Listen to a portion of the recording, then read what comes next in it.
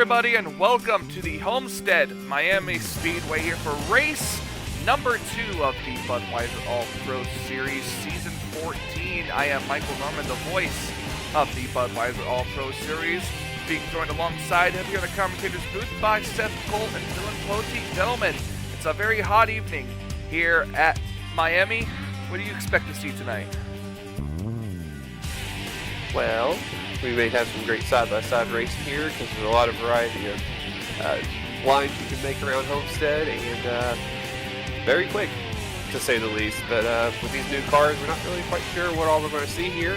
It could be interesting to see. Maybe qualifying may be more important, but you never know. We may have some comers and goers, and we'll just have to wait and see what happens. Being a very multi-group racetrack, I think we're going to see these drivers pretty spaced out. I think you'll see a lot of room be given, especially in the early going, which means may settle into a long green flag run, may end up seeing green flag pit stops come into play. A lot of times, the mile and a half's pit road, sometimes that's where the race is won and lost. Yep, absolutely. We got 54 laps here tonight. It's broken down into 3 stages, all of which, what the fuck's a weech? All of which are 18 laps in length with no cautions in between stages. However, we will have commercial breaks for those of you who like to talk whenever we reach the end of the stage. What's that supposed to mean? I don't know why everyone's looking at me. Anyways, on the pole, Nathan Ormond alongside Dylan Young here. Got a Toyota and a Ford starting on the front row today. Looks like our last week's winner, Carson Gum, who won at Daytona, starting about mid-pack there. It looks to be like I believe that's the 8th row starting in, so about mid-pack. You'll see if Carson can maybe do about 15th place. Just about, yeah. So see if he can do it. See if he can do a double, guys. I mean, he definitely got lucky at Daytona. Well, he could do what Truex couldn't do at Daytona, and that was win a plate race. So, and he's got his win now. I believe that would lock him into the playoffs, I believe. If he can stay inside the top 25. Well, that's always a must.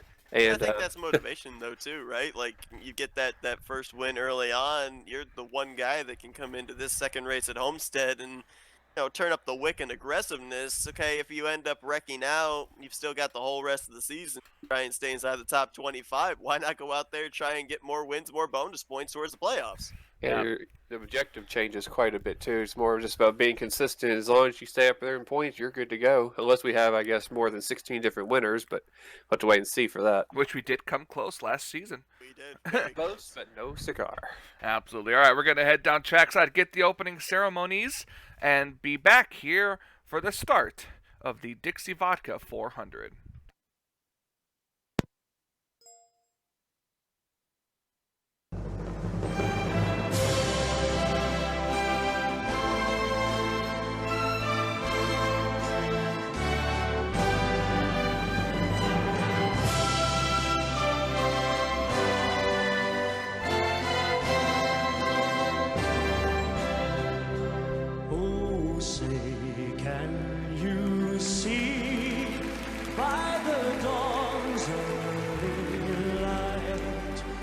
So proudly we hailed at the twilight's last gleaming, whose broad stripes and bright stars through the perilous fight over the ramparts we watched were so gallantly streaming, and the rockets' red glare, the bombs bursting in air, gave proof through the night that our flag was still there.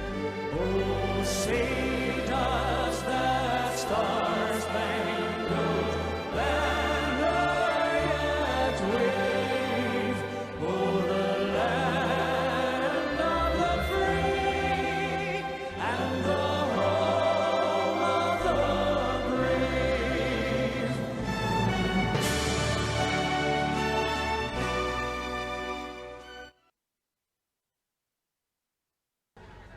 And now, for the most famous words in motorsports, please welcome your Grand Marshal, President of Automotive for Ford Motor Company, Joseph Henricks.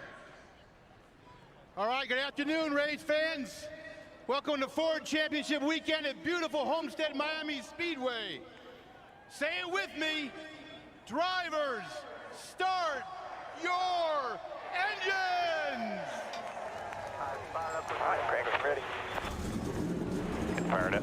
Firing hope. Engines are fired here at the Homestead Miami Speedway, getting ready and set for this 54 laps of racing, gentlemen. It's gonna be a slick track out there. Seth, you talked about it being multi-groove here. I mean, on fresh tires, where do you think the good line is gonna be? I think he went to grab lunch, He might have. but I'm here. All right, You got Dylan. three So you go ahead and answer the question. You can On fresh repeat it. tires, where do you think the groove's gonna be at first? I would think they're going to start off at the bottom, just to kind of it's the quickest way around the track. It seems like that's the best place for handling. But I think as the run may go on, we may see some drivers start migrating towards the top. But I'm not quite sure. But I think we're going to see a lot of bottom feeders for sure to start the race. But we'll see what happens if we get a little bit of a long run. But not sure what to expect out of this with these new cars. First time these guys have been here in this series, and should be an interesting race nonetheless. I can't wait to see exactly how this is going to go and shape up. Pace car is going to go through the turn. Look, Seth just came back with his sandwich. Yeah, his weech. His weech. We're not in Indianapolis, otherwise it would have been dropped down to me from the pagoda. Oh, there you go. So Seth, I guess I'll ask you this as we're coming to the green flag. Same question that Dylan just answered.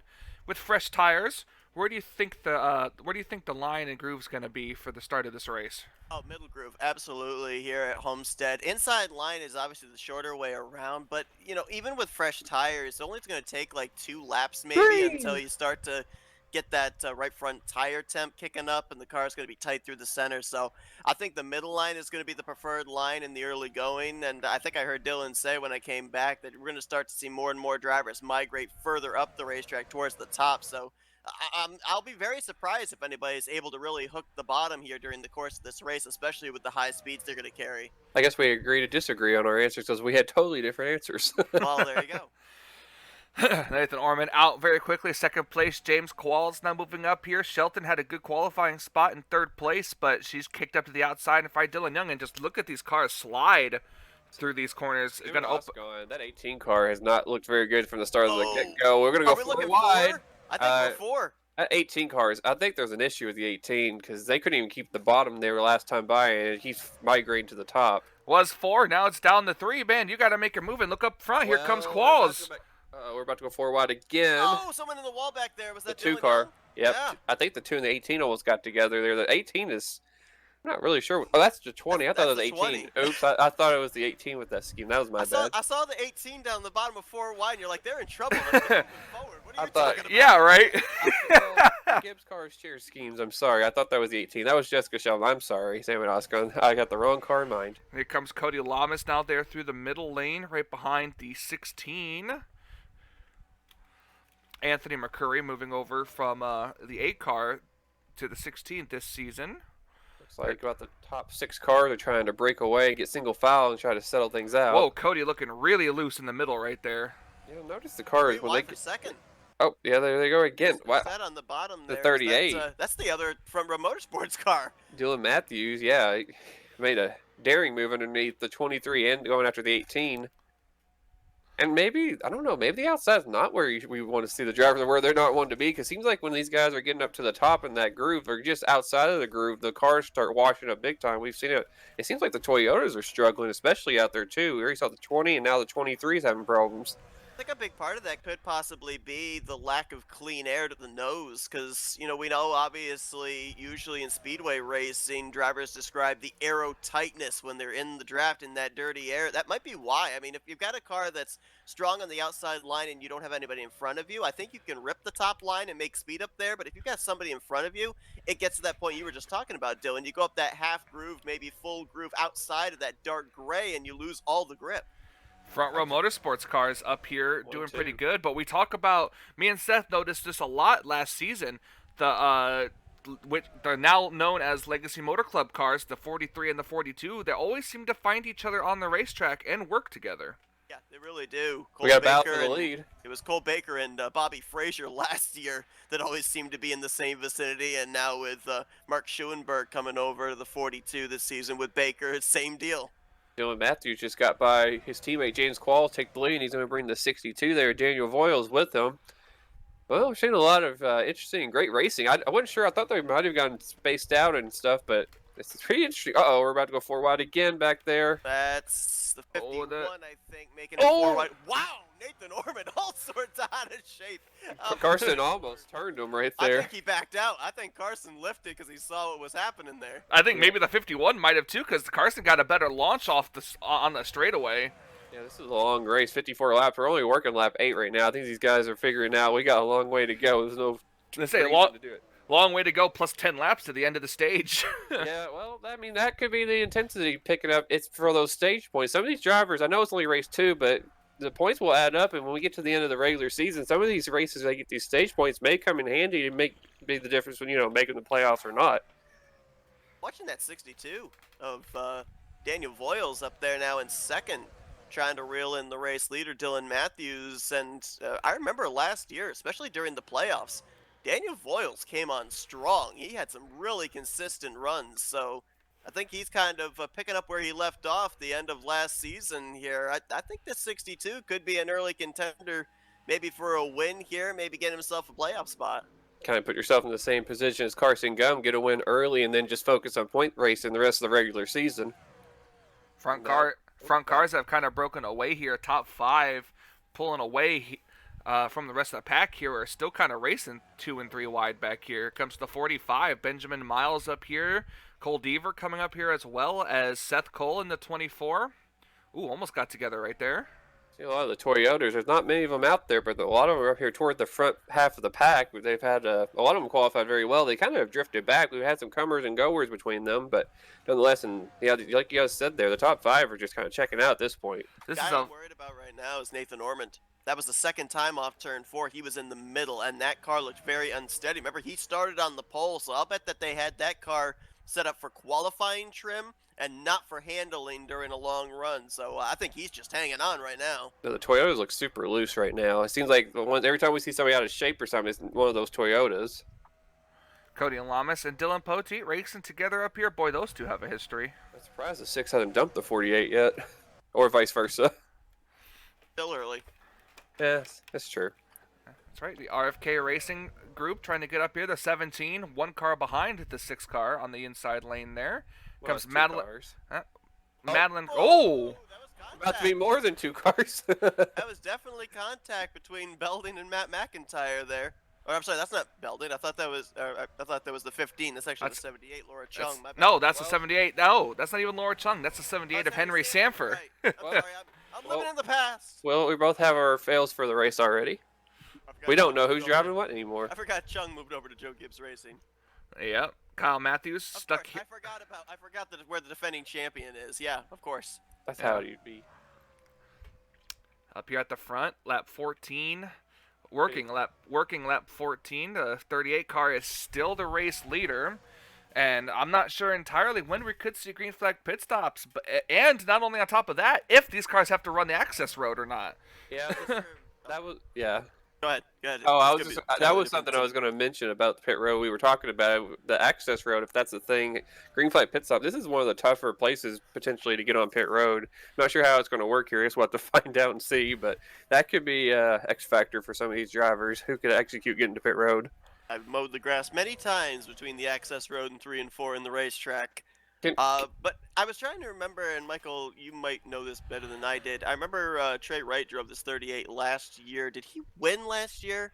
I think he did. I think he did. He won. I think it was early on in the season. Yeah, I couldn't recall, but I think that Front Row Motorsports only had 1 victory during the course of that entire year with Trey Wright and James Qualls. The 2 of them looked really strong in the early going. Qualls has drifted back to around 6th, but he's maintained that, and Dylan Matthews out in front here. You look back last season at the teams, the organizations that didn't do quite as well. And I think that maybe now that they've gotten an opportunity here, a full season with the next gen car under their belts, they're looking at an opportunity as kind of a comeback season. And I think Front Row Motorsports might be one of those organizations we'd have to look at here. That's very true. Kind of thing I've noticed in this race too. I don't know if you guys have noticed, the racing line is actually not up against the wall back here. Like these guys have been running almost the middle line, which is kind of interesting to see. I was just kind of think it's funny they're not near the walls on the straightaways. Yep. Speaking of our defending champion, here's Laura Chung right now. Last in the came across the line last time in the 10th position. We'll see where she comes across now. This Moves is the up. white flag here for the stage, isn't it? Yep, moves up to the 8th position here. So it's a battle right here for the final couple of spots. Yeah. There's a 3-wide battle for Rod 10th place. Beaver, Look, the 47 has it right now, but the 45 and the 6 won it. Dylan Potteet's in that mix. Henry Sanford, Anthony McCrory.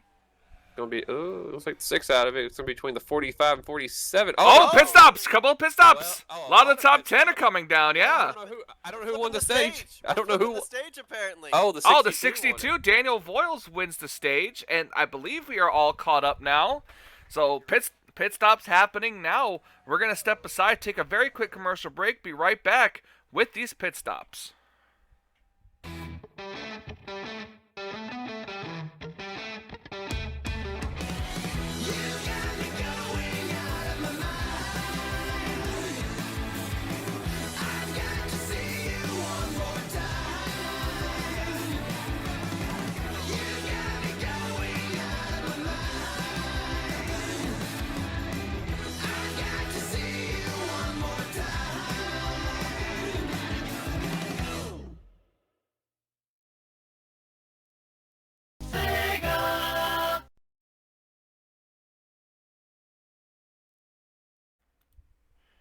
All right, we're back here at.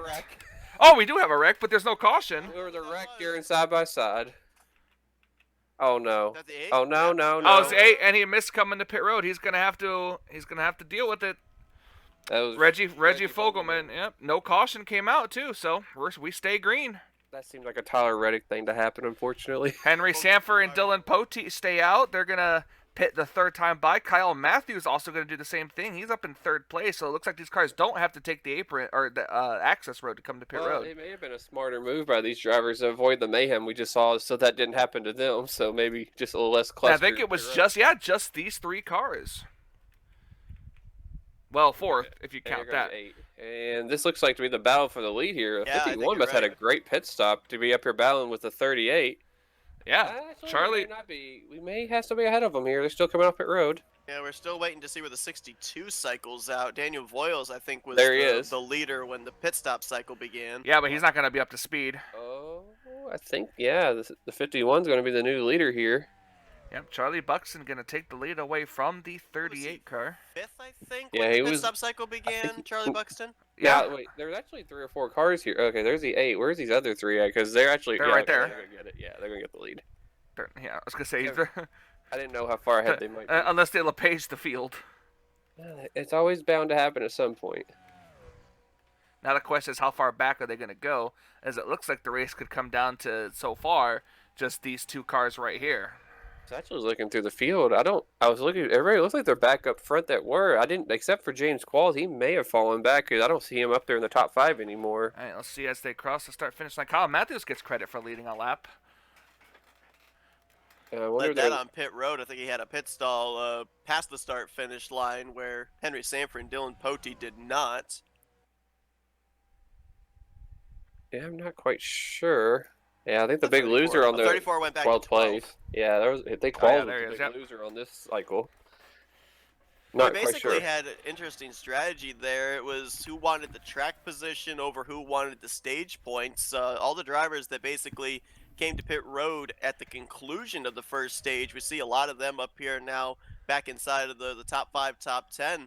A lot of the drivers that elected to take the stage points, they didn't exactly pan out with the track position that they wanted. So I guess I don't know exactly what the difference is between a lap on fresh tires and a lap on about, what was it, 17, 18 lap old Goodyears. But obviously there's a huge difference in speed. Couple of Penske cars and a Penske affiliated car back here and running pretty bad back in the mid-30s here, coming back. Dylan Young actually he qualified up in the top 5, and he has dropped like a rock. And you see Jessica Sheldon right here in the frame. There was a couple of the drivers that started up toward the front, and there's Kyle Matthews who just led a lap. Oh, yeah. Well, if this comes down to fuel strategy, Kyle, yeah. Kyle Matthews or the last 3 could stay out and potentially get it if we don't get a caution. Yeah, they say for Dylan Pote, Kyle Matthews, I think you'd have to look in their direction. And even with the 8-car spinning, Reggie Fogelman, he actually waited a couple laps to pit as well, so it may come back to help him going an extra lap. I'm wondering too, like we only just like saw the tail end of the spin. It was just off on the left side of the camera screen. I'm almost wondering how many drivers that are back here might have been put back here trying to slow up for the 8 spinning out. No, there was nobody really behind him. That's why the caution didn't come out. I'm not even sure. Probably. Well, okay. Oh my God, were we gonna try to go 5 wide there? Hey, 11 car high, barely. The 6 car looked a little daring there in the middle. We were talking about James Qualls. He's continuing to drop back. I'm not sure. Maybe this is by design or he's lost the handle of the car because we talked about the fuel strategy. I'm not sure if that's what he has in mind right now or he's just lost the handle on that Ford Mustang, unfortunately. So we saw most of the drivers at that first cycle of pit stops come to pit road at the completion of lap 18. The field's going to get spread out more. I think if you were in that first group that came to pit road, you're trying to maybe save a lap or 2 of fuel on this run to make sure there's just one stop to the finish. Well, we got a battle for the lead here. The 38 had gotten the lead back, and I think the 51 wanted to take it back once again. I think right now the person in the catbird seat is definitely car 78. Henry Sanford is the highest running guy, and he's got track position on top of that, even though he stayed out a couple extra laps because he's in running 7th right now at the time. So he doesn't really have to, force, he doesn't really push and everything to get up there because he's not too far away from the leaders, and he's got a couple laps on fuel on the field. And don't forget, Laura Chung, when she won the championship last season, it was in that 78 out of BJ McLeod Motorsports. So it's a very high-caliber racing team in terms of knowing how to get to the playoffs and how to close out the deal by the end of the season. I thought she was a 77. I may be wrong. No, that was Christina Bell. Well, you know what? I'll just go walk off a cliff. Okay. Whee! I almost said Trent Dunham. Charlie Buxton's still up here. I mean, Trent's in the top 10. He's running 10th right now. You can see him back there. Side of the top 10, Mr. Dyslexia. Yeah. And look, we got another player up here we really hadn't spoken about up in 3rd place, and that's Cole Deaver. He's gotten around the 42 here. They're still battling hard for that spot, but hadn't really talked about him all race, and he's kind of quietly worked his way methodically up through the field, and now he's in a good position to maybe challenge for the win. Cole Deaver. In that 47 of William Brock. He just picked up 6th place on Henry Sanford, and William Brock was a 3-time winner last year. Wasn't able to advance into the playoffs because a lot of his victories took place during the postseason. But I mean, I think that's got to kind of be sticking in his craw, the fact that he had such a strong car in the latter half of the year, but wasn't able to compete for the championship. Speaking of Cole Deaver, his last win came about 60 races ago, 2 seasons ago, when he won the Daytona 500 back in season 12. I'm shocked you remembered that when you can't even remember a driver name in this one.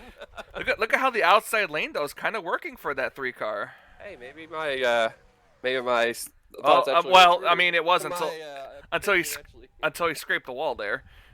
Well, I was actually going to mention something. About a lap ago, in the corner of the screen, I saw the 9 car back there of Byrne Olivria. I don't know how you say the name. The 9 car, yeah, that car almost hit the wall. Bernardo de Oliveira. Oliveira, yeah, that car. Orichalcos.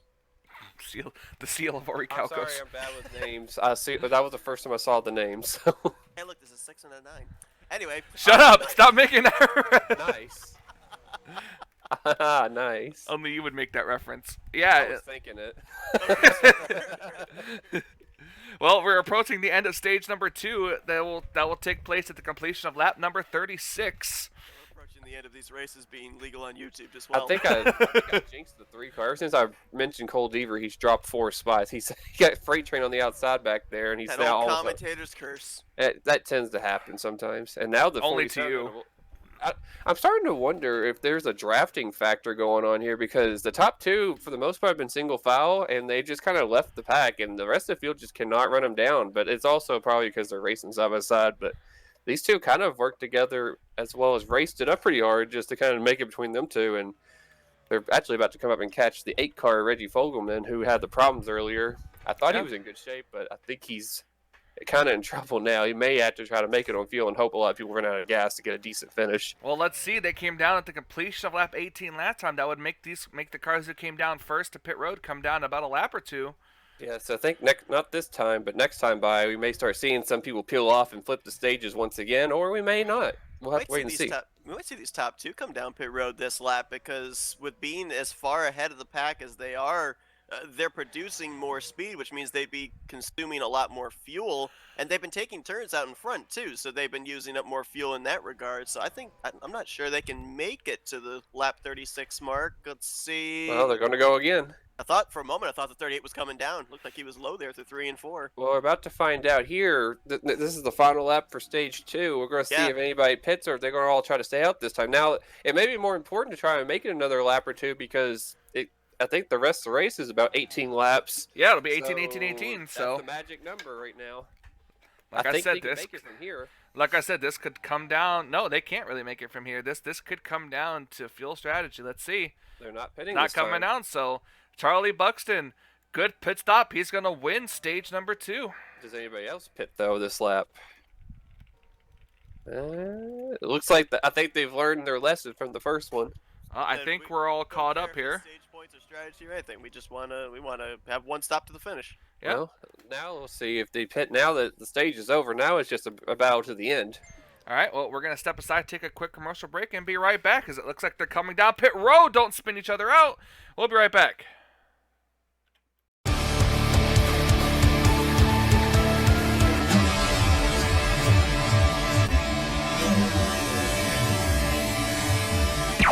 Warning. The Duracell Cup Series data file you have attempted to access is out of date. Uploading current file now. It's a brand new car from stem to stern, and it's never been raced at these speeds. The next gen car is opportunity. Everything is different with the exception of like the seat, the steering wheel, and your helmet. Unknown creates excitement. Talking about my generation.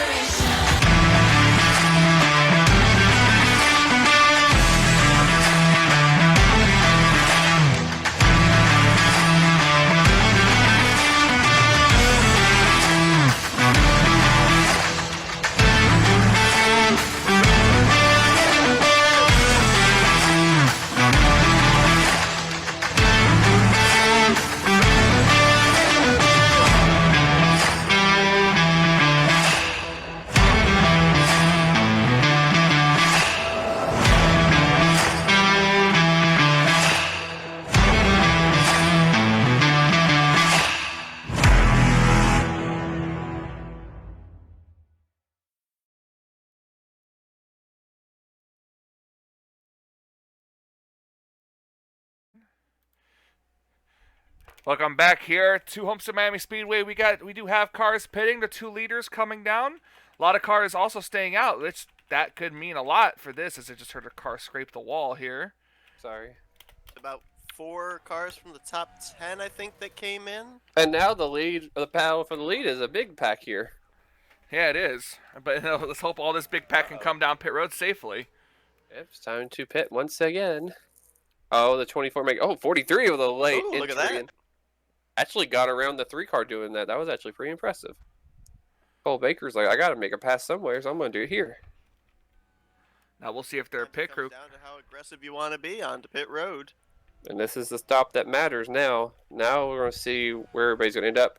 And there's a couple of the cars we saw from the first round of pit stop stayed out late, the 78 and the 6 once again. And it looks like Trent Dunham actually stayed out longer this time than he did last time. Orland, Shelton, Matthews, and Young also. And looks like the last few cars pitting here. There's the 41. And Whoa! Where did that? Okay, 18, calm down. I think the 18 didn't want to pit yet. Oh, The 18's already pit. I was saying it looked like the 18 was on the apron, then just suddenly shot to the outside. I think the 18's already come to pit road. So now I guess we got to go back to find the 51 and the 38. That looks to be where the next battle for the lead is. There's 51. I didn't see the 38 with I them. didn't either. Where is he? Oh, there he he is. is. Look at the gap. Wow. I don't know if the 51 team were just having blistering fast pit stops, or I don't know if the 38 had a problem that time, but I'm trying to remember where Charlie Buxton qualified because I'm wondering if maybe it was the pit stall number that might have helped him either on entry or on exit over where the 38's pit stall was. They just passed the 78 there. The 20 car had credit for leading the lap previous, so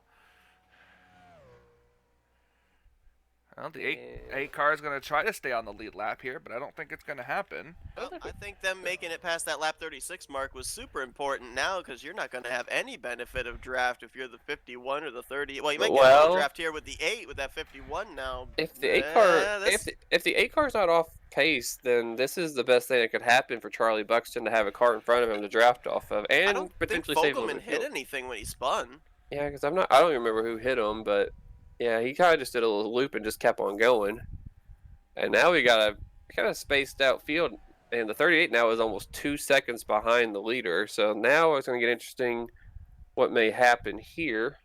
51's getting a run on the 8 though. I just saw him; he was a lot better through the center of 3 and 4, so might be holding him up a bit. Oh, caution! The pace car. Oh wow! Oh, the 8 car got a break there, but yeah, we got a yellow. That changes everything. Yeah, it does. I think that's going to knock the fuel strategy out the window. I think it was already out of it. Car clipped the grass coming on the access road off of 1, or if that was where we had our incident. I don't even see where the yellow was. I saw some dust there over in turn 1. I thought I saw a helmet. I'm not sure. I'm not sure. I believe the 8 car is going to get lucky, but he's stuck behind the pace car for right now. I'm not really sure what happened there. All these cars are slowing down, trying to get back going. We'll see if any of these cars come back down pit road. We'll have to. I don't think the leaders would pit, but if you're back in the pack, we saw what fresh tires can do. I would think you might come down, put on another set. You've run about 4 or 5 laps cycle on this set of tires. Yeah, I guess we'll have to wait and see. And I guess we'll have to wait and see if the 8 car are going to get sent around the pace car, because he was definitely in front of the leader there. So I'm not really sure what happened while the pace car picked him up. Yep. Well, we're going to step aside, try to figure out what happened, and we'll be right back right after this. No. I'm in the front pack, so it's all good. All right, we're back here at Homestead Miami Speedway as we are getting ready for the restart here. Turns out, I guess the Budweiser All Pro Series officials just felt like throwing a caution because for some reason... Oh, here we go. Oh, so they wait till the very end to do that. Okay. This is the place where we don't know when rules happen. Well, it's not just that. It's we're testing something new. That's the only thing. We're testing something new. So this is going to be a double... Me being professional. Yep, That's not going to happen. It's a fail. Double file restart coming to the green flag here, and what will be 10 laps to go. Actually, no, I lied. It's going to be 9 laps to go on the restart here. We did have a problems under the caution though. Both Dylan Young and Charlie Buxton had a tire issue, had to come down pit road. Dylan Young had to take his car behind the wall, and Charlie Buxton's race, all but dominant, now more than likely will not be going to victory lane as Cole Deaver takes over the lead after getting a really good restart. But here comes the 38 back on the inside. Now we're going to see if that outside groove is actually going to come into play or not. We saw some people utilizing it in these last couple of runs, and now we're going to really see if it's going to be useful. And that 3 car is one of the main guys that seemed to have figured something out up there as he's still able to hang on to the lead. Don't forget, too, we've only had the 1 caution. We've been green flag ever since the start of this race. So the only other restart, so to speak, was the initial start of this race when they started on sticker tires. Everybody took the green flag here for this restart with at least 3, upwards to 6 laps of green flag right on those tires. Boy. And that was close. Brock sends it into Baker, sends it into Schuenberg there. Schuenberg looked like he was trying to cut down, get back to the bottom there, but the 43 was right underneath him. Hometown boy Cody Lamas up here. He's in the 4th position right now. Going to try to battle underneath. Boy! I hadn't really talked about the 48 very much other than a couple times he was loose and almost in the wall, but he's worked his way up here kind of Alex Bowman kind of way. He just showed up here right at the end. Dylan Pote up there stuck in the middle line. That might not always be such a bad thing, but it's hard to make up ground. William Brock is there. William Brock is now clear, going to try to battle with the 3. He's going to dive it to the inside here. The 3 car is really committed to the outside. Oh, Cody Lamas pushed up, and here comes Cole Baker. Cole Baker has not gone to victory lane. Look at him going to try to challenge 3 wide for the lead coming into turn 3. There. Oh! Try to throw it in there, forced the 47 up, and one of the dominant cars all day, that 38 car, got kicked to that high side and out of the groove, and maybe all she wrote for that. Well, I can tell you, 3 drivers that did not want to see that yellow flag come out. Obviously, one of them would have been Charlie Buxton because might not have had the tire problem under pacing if we hadn't had the caution. Schuenberg looked like it was going to be between him and Buxton for this win, and I think Henry Sanford also would fall into the category of a driver that would not have wanted to see that caution because it looked like he and Dylan Poteet, their strategy might have worked with it coming down to the last drops of fuel. 3 wide at the line, and I believe the 47 had it. Look at Laura Chung up here too. They were trying to go 4. Dylan Poteet's up here in this mix too. Benjamin Miles up here. Yeah, Benjamin Miles, the other 23XI car. This looks like Daytona. We never left. Well, you said it at the top of the show, Dylan. It's multi-groove. Yeah, it seems that way. If there's pavement, they will use it. Laura Chung actually went to victory lane here last season. That's what got her locked into the play. Oh boy, locked into the playoffs, and she's trying to go back to back at Homestead. Boy, that'd be quite a feat, right? To go back to back at 2 different organizations, 2 different manufacturers at the same racetrack. Yep, she was fighting hard. She got the victory. We'll see if Cole Deaver is going to battle back on the outside. Who's going to lead? I'm really impressed with Deaver. We've seen a lot of drivers get kicked up to that outside line. James Qualls ended up falling back. I'm trying to remember who the other driver was after pit stops we saw get kicked up there and was falling back. But Deaver's been one of the few that can keep it at the top and maintain his track position. I think she just cleared the 3. We got a lap and a half left to go. We're going to be seeing the white flag this time. And here comes the 17 also. 3 wide once again for the lead. Matt McIntyre, one of those that almost won Daytona. That's the white flag. White flag's in the air. Watch the 41, multi-time winner last season. We're not going to go. They're going to try. Here we go. 4 wide. Oh, my goodness. We may have a photo finish at Homestead. Who ever thought we'd say that? Send it. 41. He's going to go in. He's 17. Took it a little easy. Tried to send it, but the outside lane's going to be... Look at the 45 trying to go in the middle. Gonna shoot the gap. Oh, he almost had it, and I think Matt McIntyre wins. Oh, gosh. The 45 was trying to drop like Tyler Reddick there, trying to cut the middle there. Wow. That was great. And we didn't even see the 17 Matt. We didn't even see him up race pretty much the entire race, and he led only the last 2 laps. And once again... And once again, an RFK car goes to victory lane. That's not Dylan Poteet. At McIntyre, our scoring says 3-100, so he won by a Castrol Edge. I hate you. I'm just gonna take my headset off. It was good seeing you guys. Matt McIntyre with the victory here. Absolutely incredible. I'm gonna save this. We save things. Yep, and Matt McIntyre, rookie, winning in only his 2nd start. Daniel Voiles comes home a very close second. Actually, it said .03, but in the official standings it says .028. Yeah, 21 thousandths. We round up here. Yeah. Benjamin Miles, very close 3rd. He definitely tried. Jonathan Zorline, Laura Chung, Dylan Matthews, one of the 2 dominant cars of today. I wonder who led the most laps between him and the 51. Speaking of the 51, on the very bottom, he fought back to a 28th place finish. Definitely not what he was looking for today. Not at all. I think he had the car to win. He had it locked up before that yellow. But it's interesting, too, because the 2 that were battling there of Matthews and Buxton were blue ovals. You got a blue oval that won the race. Then you've got Chevy, Toyota. But then look afterwards. You've got Ford, Toyota, Ford. I mean, how many Fords we have? Was it 6? I think it's out of the top 10. So the Fords were strong tonight. It's kind of almost favoritism at Homestead these days for Ford. So maybe it's their house. I wonder why that happened. It's like a second Michigan. So yeah, just about. Benjamin Miles, Jonathan Zorline, Laura Chung, Dylan Matthews, Zachary Fitzwater, and Zach Rogers. And I didn't talk much about Zach Rogers today. Cole Deaver. That's 3 of the Storehouse Racing cars right there in the top 8. Showed up. Yep, they showed up late in the going. Yeah.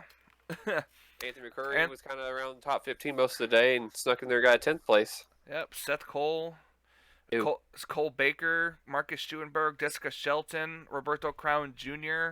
Henry Sanford, Nathan Ormond, our pole sitter, rounds out his day in 17th. Dylan Poteet, Kyle Matthews, William Brock, James Qualls, who had a strong car at the beginning, but just, I think, Seth, you talked about it, maybe set up for qualifying and not for the race. Yeah, something happened to William Brock on that last run, too, because he was up there in the top 10, and he faded back almost outside the top 20. Well, same for Cody Lamas. He was battling for a top 5. We saw him get loose. I think somebody did the commentary curse jinx to him, too, because he dropped to 22nd. Yeah, his name was Dylan Poteet. It wasn't me. I didn't bring him up that time. I didn't wish upon it either, Wink. Cody Lamas, Matthew Rodriguez, Charles Belding, Bern Oliveira, rookie, 25th. RJ Bishop, 26th. Ali Rain, 27th. Charlie Buxton, 28th. Charles Sanford, 29th. Madeline Crenshaw rounds out 30th. Man, that's a very tough for her. She was one of the dominant cars last season. Really was a very rare to see her finish outside the top 10. And here she is finishing 30th. She also didn't have a great Daytona either, so not a good start to the season for her. Former Championship 4. Levi McIntyre, Christina Bell, Samet Ozkin, Nick Gunther, Trent Dunham, Carson Gum, our Daytona 500 winner, finishing 36th. Yeah, I bet. Reggie Fogelman and Dylan Young, who had to take his car behind the wall after the tire problem. And guys, so that's 2 races in a row won by rookies. Yeah, but Trent was another one down there. Didn't really see what happened to him. He was up there towards the top 10 too. So we had a couple drivers that ran up front most of the day and just didn't get the results. But that's part of the game. Even if you're up there all day, you have to finish it out. And going back to that thing about you were talking about with back-to-back rookies going to victory lane. I mean, obviously, as soon as that green flag drops, everybody wants to be the first one back to the checkered flag. But I feel like when you're a rookie, you got a little bit of added pressure. You got something to prove of, they put me in this race car. They have faith in me. I want to make sure that they know that their faith is not misplaced. So, I wouldn't put it outside the realm of the possibility to see a couple more rookies go to victory lane here in the next few weeks. Yeah, that's very true. We got a couple of them out there, including, Charles Belding, Bern Oliveira, Dylan Matthews, who almost won today. Oh yeah, finished 6th place. Cars in the field. Well, it's going to wrap it up for us here at the Homestead Miami Speedway. These cars are going to pack up and head out to the West Coast for a bit of a West Coast fling, starting with Auto Club. I'm pretty sure that is the next race. I'm going to go ahead and bring up my schedule so I can type in the winner here, which was rookie Matt McIntyre. Yep, heading. Shouldn't he know the schedule? I think he should know it. I do. I think he should too. That's interesting. Matt McIntyre with the win. Yep, we're going to Auto Club next week. It's going to be... You thought this race kind of was like a super speedway race. Well, wait till we go to the Auto Club Speedway where we have the aero package there, where it's pretty much... aside from when your tires wear out, you're almost full throttle around that course. I heard somewhere... I'm full throttle around every course. I don't know what you're talking about. I heard the top 16 got disqualified today. So that means actually top 17. Nope, Nathan Orman wins now. Nathan Orman wins. You did it, coast to coast. Yep, exactly. All right, guys, we're gonna wrap it up. Second place, still can't win the race. Yep, for real. Well, you're last. Thank you guys so much for joining me up here. It's always a pleasure having you guys up here with me. It makes the race a little more enjoyable and not have to listen to myself talk forever. So thank you guys so much, and we'll see you guys next week at the Auto Club Speedway. From Michael Norman, Dylan Poteet, and Seth Cole, I say until we meet again. Bye! Get good, Dylan.